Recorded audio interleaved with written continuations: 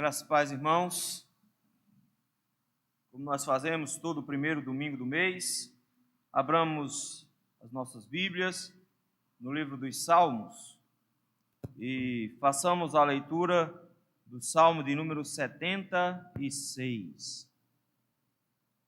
Livro dos Salmos, Salmo de número 76. Diz assim a palavra do Senhor: ao mestre de canto, com instrumentos de cordas, salmo de Asaf, cântico. Conhecido é Deus em Judá, grande o seu nome em Israel. Em Salém está o seu tabernáculo, e em Sião a sua morada. Ali despedaçou ele os relâmpagos do arco, o escudo, a espada e a batalha. Tu és ilustre e mais glorioso do que os montes eternos. Despojados foram os de ânimo forte, jazem a dormir o seu sono, e nenhum dos valentes pode valer-se das próprias mãos. Ante a tua repreensão, ó Deus de Jacó, paralisaram carros e cavalos. Tu, sim, tu és terrível. Se te iras, quem pode subsistir à tua vista? Desde os céus fizeste ouvir o teu juízo. Tremeu a terra e se aquietou, ao levantar-se Deus para julgar e salvar todos os humildes da terra. Pois até a ira humana há de louvar-te, e do resíduo das iras te cinges. Fazei votos e pagai-os ao Senhor, vosso Deus. Tragam presentes todos os que o rodeiam, àquele que deve ser temido. Ele quebranta o orgulho dos príncipes, é tremendo aos reis da terra. Vamos orar? Senhor, meu Deus, meu Pai, graças te rendemos, Senhor. Louvamos e bendizemos o teu nome, por tão grandioso privilégio que temos de buscar a tua presença, Senhor, no primeiro domingo do ano, teu povo aqui reunido, querendo, Senhor, louvar o teu nome, bendizer o teu nome, erguer a voz ao Senhor. Mas, Senhor, o que seria desse nosso encontro contigo sem ouvir a tua voz? Nada significaria, Senhor. Por isso, meu Deus, humildemente nesse instante nós nos calamos. Nós calamos o nosso coração para as preocupações do mundo, para as inquietações da vida. Nós calamos o nosso coração porque precisamos ouvir a sua voz. Por isso, meu Deus, tem compaixão de nós. Fala conosco hoje à noite. Ajude-nos, ó Senhor. Anime-nos para que possamos, meu Pai, viver esses dias difíceis pelos quais estamos passando. Dá-nos graça, é no nome de Cristo Jesus que nós te oramos. Amém. Queridos, como enfrentar os dias de hoje? Como enfrentar momentos complicados de perseguição, de momentos em que a igreja do Senhor tem sido encurralada? Como enfrentar dias assim, quando nós não conhecemos sobre Deus o suficiente?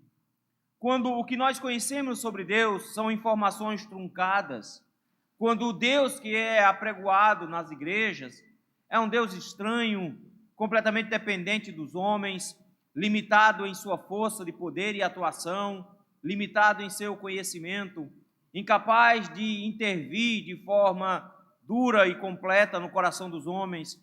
Como é que nós podemos enfrentar dias difíceis quando nós não conhecemos o Deus da igreja, o Deus a quem a igreja ama e serve, o Deus que tem acompanhado e tem construído, edificado a sua própria igreja para si?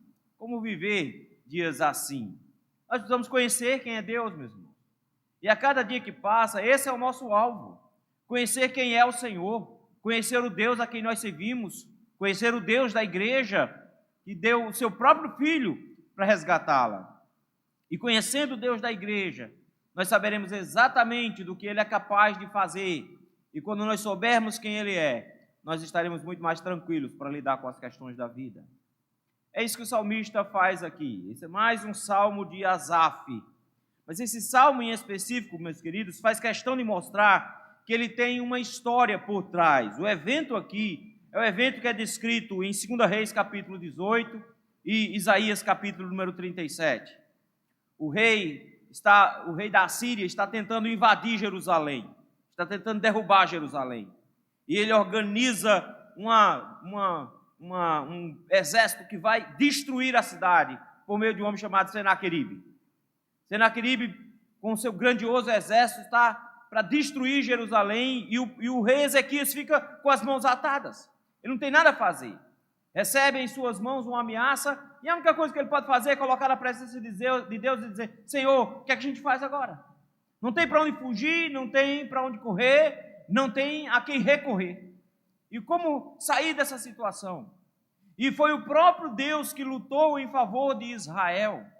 E esse salmo escrito, meus irmãos, justamente para esse contexto, para lembrar dessa parte da história. Mas ao mesmo tempo que o salmista Asaf lembra a história da salvação de Israel, note que as expressões que ele usa é Salém, versículo 2, Sião, Judá e Israel, versículo número 1. Ele fala do Senhor cuidando dos soldados, versículos 5 e 6. Mas por outro lado, ele expande, porque isso aqui é uma miniatura da história da redenção como um todo.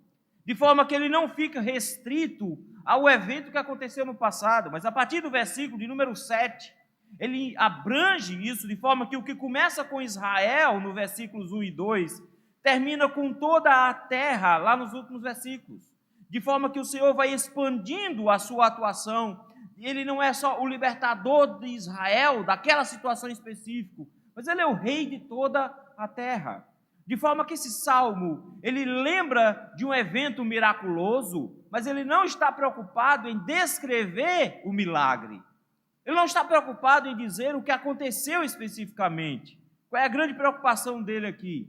A grande preocupação dele é descrever Deus.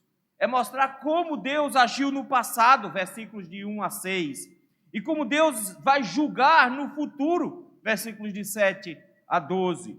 De forma que é o mesmo Deus que começa com a sua residência em Salém, versículo número 2, mas termina sendo o rei dos céus inteiros, que habitam nos céus, no final desse texto. É um Deus que comanda todas as coisas, é um Deus que sabe proteger o seu povo diante da ferocidade dos seus inimigos, um Deus que é capaz de lidar muito bem com os seus inimigos quando eles se levantam contra a sua igreja. E é isso que eu gostaria de ver com os irmãos aqui. É o Deus da igreja.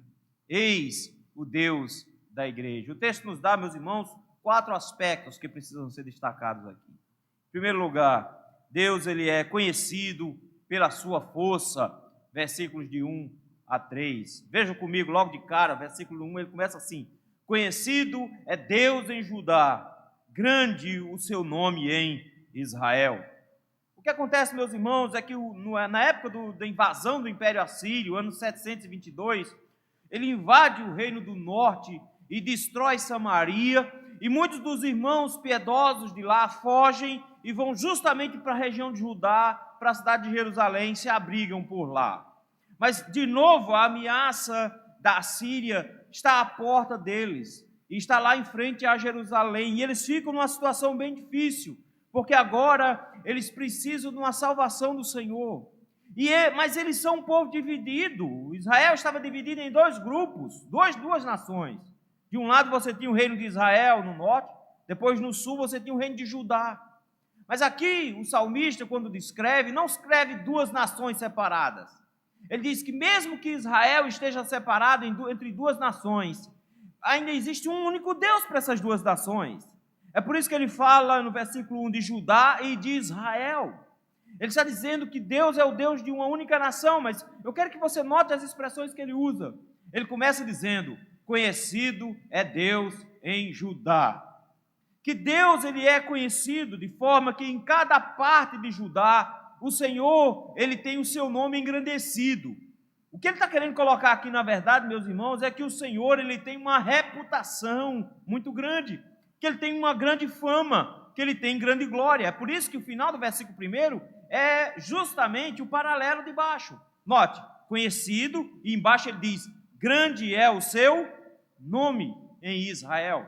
Deus é famoso, Deus é conhecido, ele tem uma reputação ilibada dentro do seu povo, dentro de Israel, dentro de Judá. A pergunta é, por que Deus tem uma reputação assim? Por que ele é famoso assim?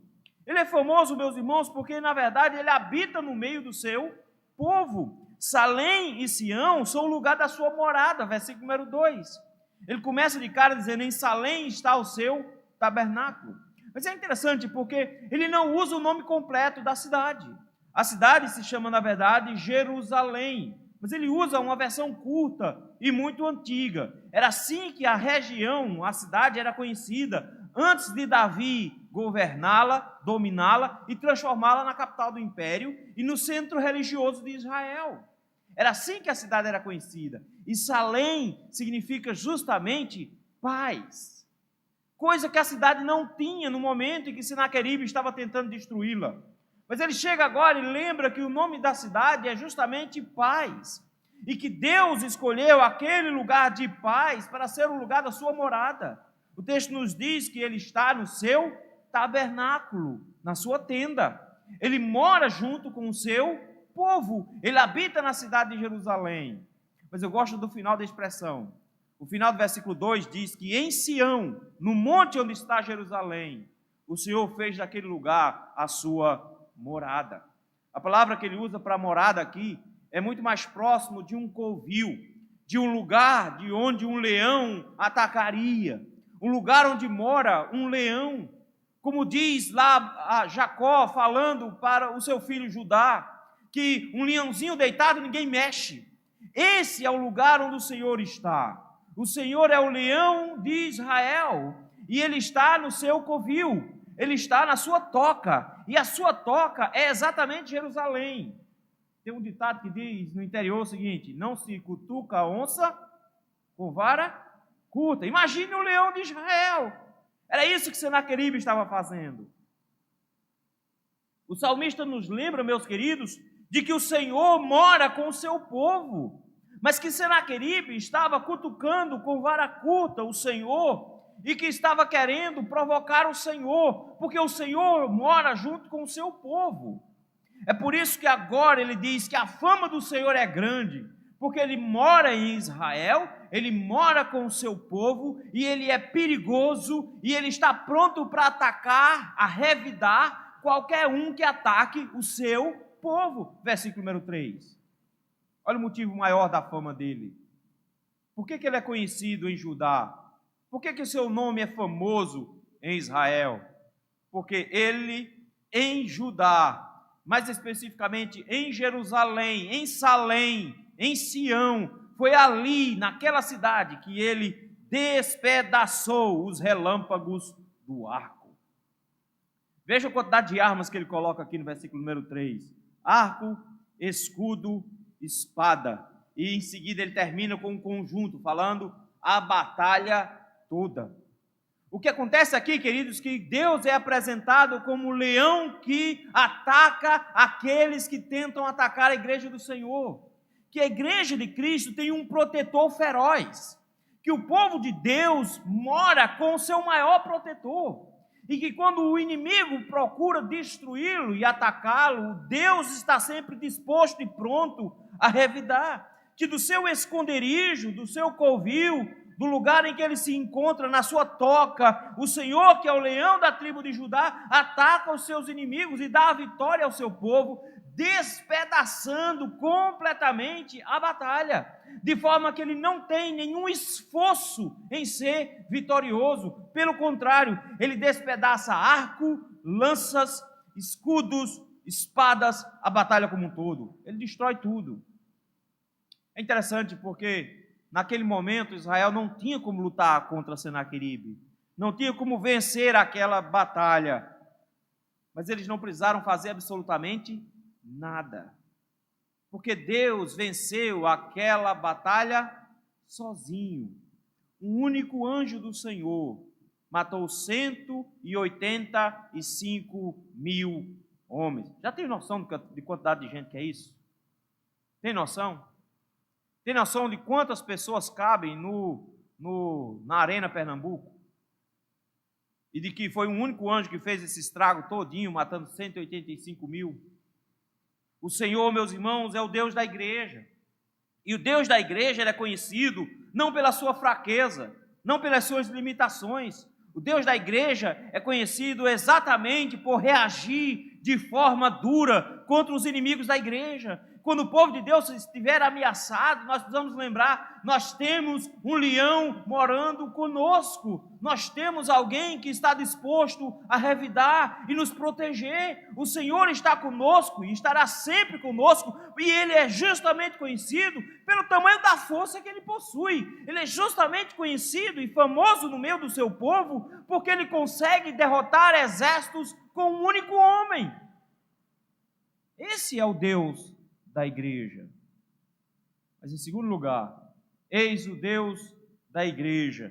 Ele é honrado pelas suas vitórias. Primeiramente, ele diz que ele é conhecido pela sua força. Mas ter força sem atuação não é nada.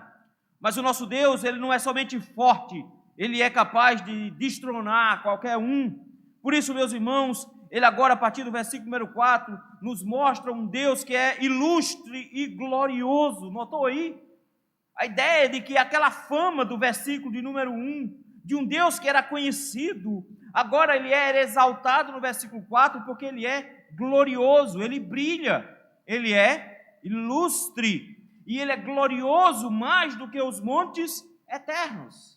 Por mais famoso e belo e poderoso que fosse olhar para as montanhas de Sião, o nosso Deus é maior do que as montanhas de Sião, é mais glorioso do que ela, é mais imponente do que ela. E ao contemplar a grandeza desse Deus, ele vai dizer os motivos pelos quais ele é tão ilustre. Quais os motivos pelos quais ele é tão glorioso? Ele é glorioso exatamente por causa do versículo 5 e 6. Despojados foram os de ânimo forte. Interessante essas expressões que são colocadas aqui. Preste atenção. Ele não diz que o exército assírio era um exército fraco. Pelo contrário, era um exército forte. Eram homens de ânimo forte. Versículo de número 5. Eram homens valentes. Versículo de número 5. Eram homens preparados. Versículo 6. Eles tinham carros e eles tinham cavalos. Eles estavam prontos para uma batalha e eles tinham capacidade. Então Deus não chega para dizer a você assim, não se preocupe, porque os inimigos da igreja são fraquinhos. Não, eles não são. Os inimigos da igreja não são fracos, pelo contrário, os inimigos do povo de Deus são fortes e são competentes. Mas o que eles não contam é que nós temos ao nosso lado um Deus ilustre, um Senhor glorioso, mais glorioso do que os grandes montes. O que é que ele fez? Versículo 5. Despojados foram o de ânimo forte. Eu gosto dessa palavra, despojados. Porque o que Senaqueribe queria, na verdade, era despojar Jerusalém. Ele queria entrar na cidade, matar as pessoas e levar todos os bens da cidade. Ele queria simplesmente tirar todas as posses da cidade. Mas naquele dia, não foi Jerusalém que foi saqueada. Naquele dia, foi o exército de Senaqueribe que foi saqueado. E de repente ele nos mostra que quem fez isso não foi a força de Israel, porque a igreja do Senhor não tem poder para lutar. A igreja do Senhor não é poderosa, ela não é forte, ela é uma moça frágil. Ela precisa entender isso, mas o nosso general é forte, o nosso noivo é forte, e foi ele quem tirou a roupa de Senaqueribe. Ele diz que esses homens que tinham a alma forte, esses homens que tinham o espírito forte, eles foram despojados. Notem, não importa se eles são brabos, o Senhor é mais brabo do que eles. E o Senhor foi lá e tirou tudo que eles tinham. Não só isso, o texto diz que nem eles jazem a dormir o seu sono. E eu acho isso aqui incrível. Porque é o método que o Senhor usou para guerrear. Como é que o Senhor fez para ganhar essa guerra? Deu sono no povo. Deu sono no povo. Agora que estava com sono, se acordou. É como Deus guerreia. Olha só, faz assim, ó. Jazem a dormir o seu sono. Nenhum dos valentes pode valer-se das próprias mãos. Por que os valentes não podem se valer das mãos? Por que o texto diz assim, as mãos deles estão moles, eles estão sem mãos, eles não têm mãos? Porque eles estavam dormindo. O Senhor botou todo mundo para dormir. E foi durante o sono que eles acordaram apavorados e mataram uns aos outros e fugiram. O Senhor deu sono neles. Veja que método estranho que o Senhor usou. Ele poderia usar um bocado de coisa, mas não, o Senhor usou do sono, o sonho os fez dormir, de forma que as suas mãos não os atendiam. Não só isso, versículo número 6 diz que ante a sua repreensão, ó Deus de Jacó, paralisaram carros e cavalos. Os carros e os cavalos ficaram parados. Por quê? Porque o Senhor deu sono nos cavalos também. Ficou todo mundo meio bêbado. É interessante porque isso aqui é uma referência ao profeta Naum, capítulo 3, versículo 18. E Naum diz lá: os seus pastores dormem, ó rei da Assíria. Os seus nobres cochilam.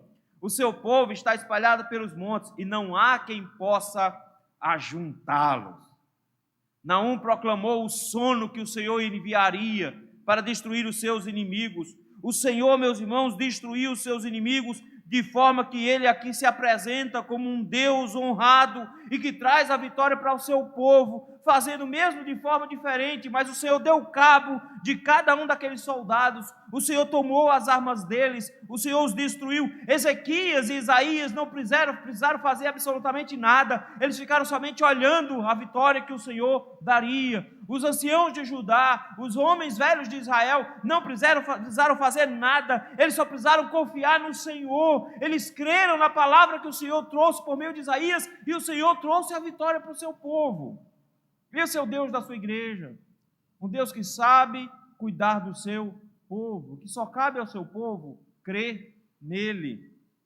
Eis o Deus da igreja, um Deus que é conhecido pela sua força, um Deus que é honrado pelas suas vitórias. Mas em terceiro lugar, meus irmãos, esse Deus da igreja, ele é temido pelos seus julgamentos. Versículo número 7. Notou que ele está descrevendo o tempo inteiro a Deus? Versículo 1 ele diz, Deus é conhecido, Deus é famoso. Quando ele chegou no versículo número 4, ele diz, ele é ilustre, ele é glorioso. Mas quando ele chega agora no versículo 7, ele diz, ele é terrível. Ele é descrito agora, meus irmãos, numa nova proporção, porque até o versículo 6 era uma ação localizada, era uma ação específica. Ele estava se referindo especificamente à salvação que Deus deu a Jerusalém. Ele estava olhando para um evento em si. Mas agora, a partir do versículo 7, ele tira os olhos de Jerusalém. A partir do versículo 7, ele não olha mais para a situação de Senaqueribe, porque essa já foi resolvida. Ele começa agora a olhar para toda a terra. Ele começa a olhar para um Deus que governa e que controla não só o Estado de Israel, mas que controla o mundo como um todo. Acompanhe comigo na sua Bíblia. Tu sim, tu és terrível. Deus, ele é terrível. E se o Senhor fica irado, versículo 7, quem pode subsistir à tua vista? Ele chega agora e diz, o nosso Deus fica irado. O nosso Deus, ele fica com raiva. E quando o nosso Deus resolve se irar, a pergunta aqui é muito simples: quem pode subsistir na frente dele? Essas expressões, meus irmãos, que aparecem aqui, vão reaparecer no capítulo 6 de Apocalipse, onde nos mostra que ninguém é capaz de ficar em pé quando Deus resolve se levantar. É a mesma expressão que é usada, por exemplo, Salmo de número 1, lá no finalzinho, porque o ímpio não prevalecerão na congregação dos justos, e eles não ficarão em pé. É essa a expressão que está lá, do jeito que está lá. Deixa eu ler para lá como está a expressão como todo. Diz assim lá: por isso os perversos não prevalecerão no juízo, não vão ficar em pé no juízo, nem os pecadores da congregação dos justos. Eles não vão ficar em pé. É essa a expressão. A pergunta que o salmista faz aqui é: quem é que fica em pé quando Deus chega?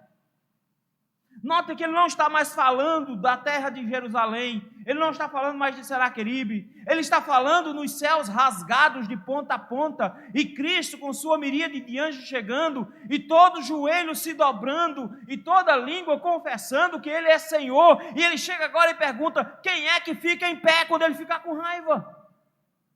Quem é o brabo que vai se colocar para combater o Senhor quando ele chegar irado? Ninguém se levanta contra ele, porque o nosso Deus, na verdade, quando se levanta para julgar, ele resolve o problema. Daí então, meus irmãos, versículo número 8, quando o Senhor pronuncia o seu julgamento, ninguém abre a boca para reclamar. Veja, ele começou em Judá. Onde é que ele morava no versículo 2? No versículo 2 ele morava em Salém, ele morava em Sião. Mas onde ele está agora? No versículo de número 8. Desde os céus. O trono eterno de Deus. Ele agora não é um juiz de Israel, defendendo Israel. Ele agora é um juiz eterno, imenso, universal. Ele dos céus proclama o seu juízo. Do céu ele faz ouvir a sua voz, proclamando a sua sentença. E ao proclamar a sua sentença, versículo número 8 diz que tremeu a terra e se aquietou. Essa expressão aqui é interessante, queridos, porque essa é uma linguagem profética de Asaf. Ele não está escrevendo aqui como um poeta somente. Isso aqui é um chamado perfeito profético. É quando o Senhor quer dizer uma coisa que Ele vai fazer, mas que é tão certo que Ele vai fazer, mas tão certo que Ele vai fazer, que Ele já dá como se tivesse sido feito. Então é descrito no passado por uma coisa que Ele ainda vai fazer. A descrição aqui que o salmista faz é que quando o Senhor se erguer para julgar a terra, quando o Senhor se levantar do seu trono para julgar a terra, os homens ficarão de joelhos na sua presença. E quando ele declarar a sua sentença, a terra inteira vai tremer e vai fazer o quê? Vai ter protesto, todo mundo com plaquinha, não aceito, está errado. Não, todo mundo vai ficar quieto. Toda a terra vai ficar quieta.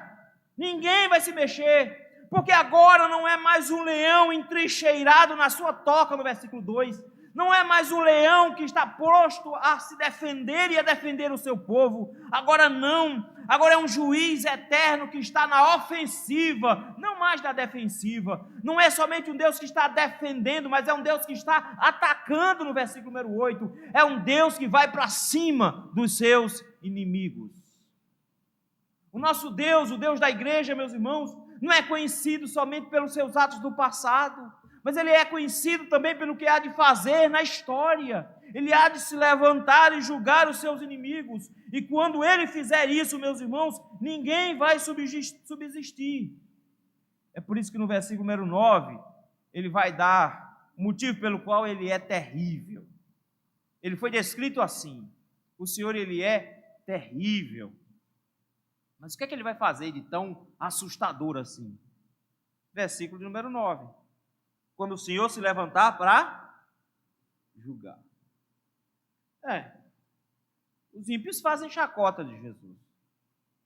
Eles brincam com a cruz, fazem especial de Natal para xingar Jesus,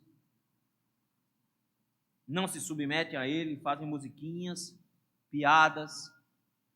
Não tem problema não. Porque enquanto as nações se levantam contra o Senhor, no Salmo de número 2, o Senhor ri deles. Eles são uma piada. Eles são uma piada para Deus.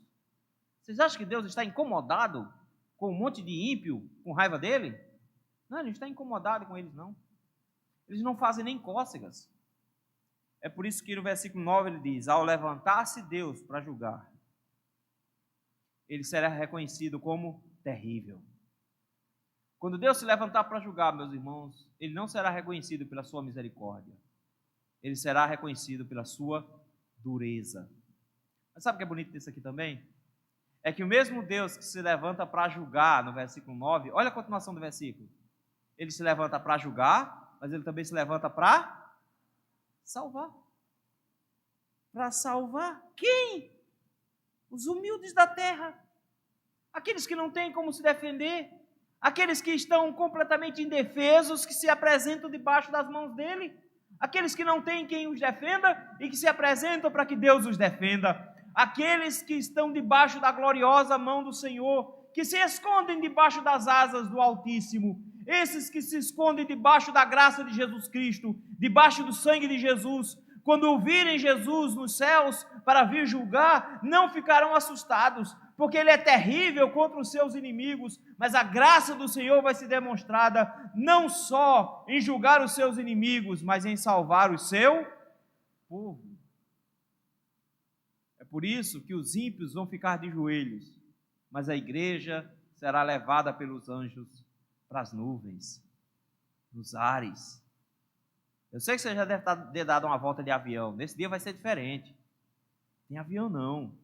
O povo de Deus será conduzido pela sua mão para se encontrar com o seu noivo, salvos, porque eles foram os humildes da terra.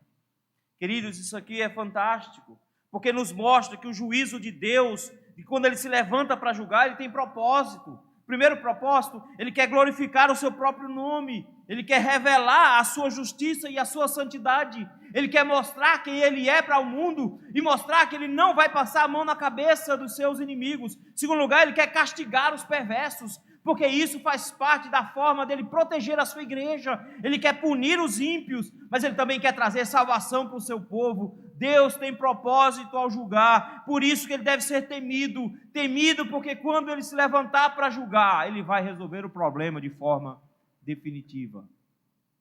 Eis o Deus da igreja, o Deus da igreja que é conhecido pela sua força, o Deus da igreja que é honrado pelas suas vitórias, o Deus da igreja que é temido pelos seus julgamentos e, em último lugar, o Deus da igreja que é reverenciado pela sua dignidade. Versículo número 10. Esse texto é complicado, porque ele chega agora e diz assim: pois até a ira humana há de louvar-te. É estranho isso, né? O povo, todo mundo com raiva de Deus, as nações com raiva de Deus, querendo destruir Deus e a sua igreja o tempo inteiro. Eles rangem um dente quando vem um cristão verdadeiro. Eles ficam querendo se esguelar quando vem um cristão de verdade proclamando a verdade do Evangelho. Eles ficam com raiva. E o texto chega e diz: mas não se aperreie porque eles estão com raiva de você, não. Não fique agoniado porque o mundo está irado contra a igreja. Ao invés de você ficar irado com eles também, lembra de uma coisa: Deus, quando fica irado, Ele se ira de uma forma bem maior do que os homens. Que quando Deus se ira, a sua ira é muito mais dura do que a ira deles. E que quando Ele se levanta, Ele transforma até a ira humana em glória para Ele. Ele fez isso no Egito.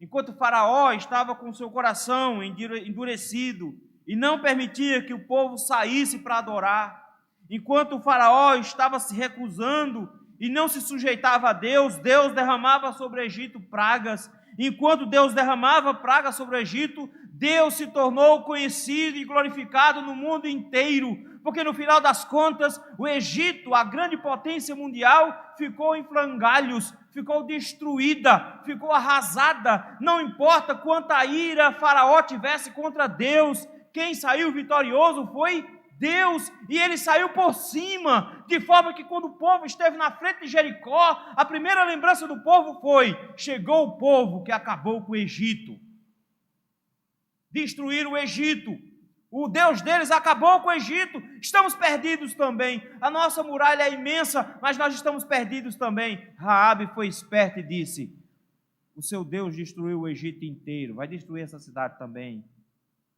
Deixa eu ficar com vocês. Notem, meus queridos, que ele chega agora e diz: não importa quantos homens se irem contra Deus, a ira dos homens faz parte dos planos de Deus, de forma que Deus será glorificado até quando os homens ficam irados. É por isso que ele termina dizendo assim: e do resíduo das iras te cinges. O Senhor se veste exatamente com o que sobra da ira dele. Eles ficam tudo com raiva, querendo destruir a igreja, e à medida em que eles se levantam contra a igreja de Cristo e contra Cristo, o Senhor vai colocando em execução o seu plano, e a cada passo que anda-se na história, está mais perto dele ser plenamente glorificado, porque eles nem sabem, mas estão fazendo exatamente o que Deus quer. que Deus está planejando. Deus vai restituí-los na sua ira. E por isso mesmo, meus irmãos, versículo 11, Deus deve ser reverenciado. E eu acho bonita a forma como ele coloca aqui, porque ele divide em dois grupos. Ele divide no povo da aliança e o mundo como um todo. Versículo 11 ele diz: fazei votos e pagai-os ao Senhor vosso Deus. Ou seja, sejam reverentes na frente daquele Deus a quem vocês servem. Mas não só isso, todos devem se humilhar perante ele. Versículo 11: tragam presentes todos os que o rodeiam, aquele que deve ser temido. Eu acho interessante isso aqui, porque trazer presente não é a mesma coisa que os magos fizeram para Jesus lá na manjedoura, não. Diferente. Na verdade, trazer presentes aqui é pagar imposto. Basicamente isso. Ele está dizendo, todos vocês reconheçam que ele é rei. E que vocês devem a ele. E que vocês precisam pagar impostos a ele. De repente ele chega e diz, vocês todos têm que trazer de forma reverente ao Senhor. Vocês têm que se apresentar de forma reverente ao Senhor. E essa reverência, o motivo é muito simples, é porque ele é temido. Ele é terrível, as pessoas devem ter medo dele mesmo. Ah, não, Deus é bom, não precisa ter medo não. Tenha medo, meu filho. Tenha medo. Você chega na casa de um camarada que tem um Rottweiler grande, que bate na cintura dele. Ele olha para você e diz, se preocupe não, que ele é manso, não morde não. Primeira coisa que você faz, pega a mão e passa na cabeça do Rottweiler, não é? Não, meu filho, não é assim não. Ele pode ser o cachorro mais carinhoso do mundo, mas como é que você chega? Com muita reverência. Nosso Deus, meus irmãos, ele é amoroso, ele é cuidadoso com o seu povo. Mas não é para chegar à frente dele de todo jeito não, viu? Tenha medo dele. Afinal de contas, ele é descrito como fogo devorador.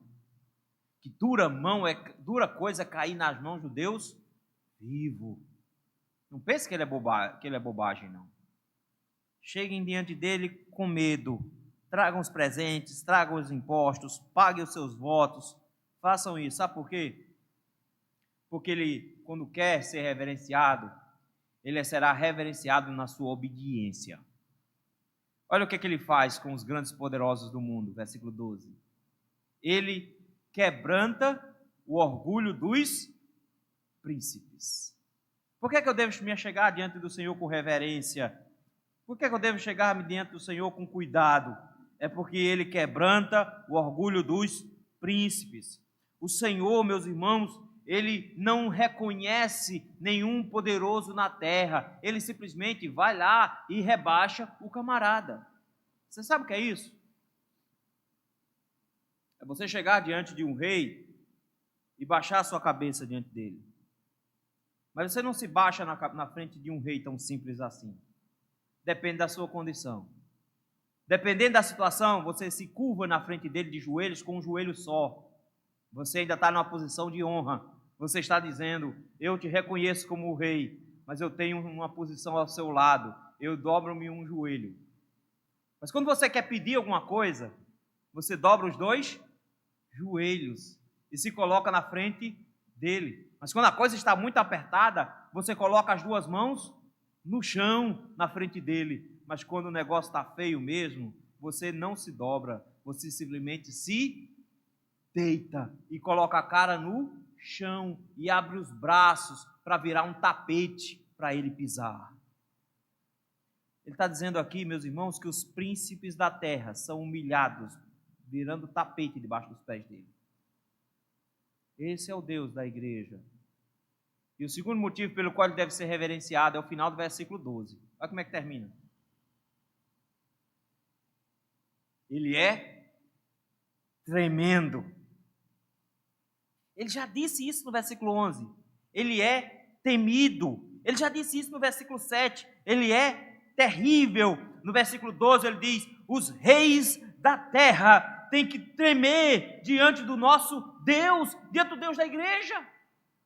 E eles irão tremer diante do Deus da igreja, porque não existe homem poderoso na terra que não trema diante dos reis, Senhor dos senhores, que tem uma espada saindo da sua boca, que os seus olhos são como olhos de fogo, montado em um cavalo branco, com roupas manchadas de sangue, sangue dos seus inimigos, que tem escrito em sua coxa, Rei dos reis e Senhor dos senhores. Tenham medo dele, reis da terra, tenham medo dele, governadores e prefeitos, tenham medo deles, imperadores e reis, tenham medo deles, supremos juízes, tenham medo dele, porque quando ele se levantar, não vai ter pena de ninguém.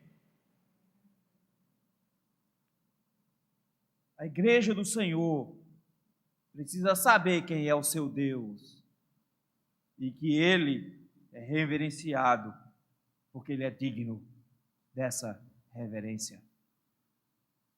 O nosso Deus, meus irmãos, o Deus da igreja, ele é conhecido pela sua força, ele é honrado pelas suas vitórias, ele é temido pelos seus julgamentos e ele é reverenciado pela sua dignidade. Como é que a igreja lida com as situações da vida? Pelo menos um grande desafio hoje. Nós precisamos conhecer o nosso Deus. Nós precisamos saber quem ele é, para que o mundo não nos assuste, para que a possibilidade de dias difíceis não nos assustem, para que o mundo em convulsão não nos assuste, para que guerras não nos assustem, para que crises governamentais não nos assustem, para que crises econômicas não nos assustem, para que crises sanitárias não nos assustem, para que a igreja do Senhor saiba que tem um Deus que está ao seu lado, que o ampara e o protege o tempo inteiro, e que não é um Deus pequenininho, pô, coitadinho, que está sofrendo para tentando manter esse povinho aqui apertado, ver se não escapa, se não morre ninguém no caminho, para ver se não se desvia ninguém, que fica aqui tentando fazer com que alguns se salvem. Não, o Senhor tem a sua igreja, e sua igreja está sendo edificada por Ele, e Ele é quem protege o seu povo, Ele é quem luta as guerras do seu povo, Ele é que dá a vitória ao seu povo, Ele é que vai julgar as nações e salvar o seu povo, é Ele que vai esperar que o seu povo o reverencie no final. Vamos saber disso, queridos, para que o mundo não nos assuste, para que o mundo não nos deixe preocupados. Não importa, meu irmão, o resultado da eleição no final desse ano. Não importa se a pandemia vai diminuir ou se não vai, ela pode piorar o quanto ela quiser. Pode vir o ômicron, pi, rho, sigma, tal, não interessa, pode vir um alfabeto grego inteiro. Não estamos preocupados com isso, porque o nosso Deus reina. Ele não está somente em Sião, em Jerusalém, Ele está reinando dos céus, e Ele há de retornar para dar força à sua igreja, para conduzir com paz a sua igreja. Por que você está com medo? O seu pavor é porque você não conhece o Deus das Escrituras. Você não conhece o Deus da igreja. É isso que eu te convido a fazer hoje. Conheça o Deus da igreja. E você não vai mais ficar preocupado com o futuro. Conheça o Deus da igreja. E você não ficará preocupado com os inimigos da igreja. Conheça o Deus da igreja. E você estará confiado de que Ele te salvará no final. A igreja evangélica brasileira vive essa agonia toda, porque não conhece o Deus da igreja, não conhece como deveria. Que o Senhor nos lembre hoje e sempre que o Deus da igreja é conhecido pela sua força, é honrado pelas suas vitórias, é temido pelos seus julgamentos e reverenciado pela sua dignidade. Amém.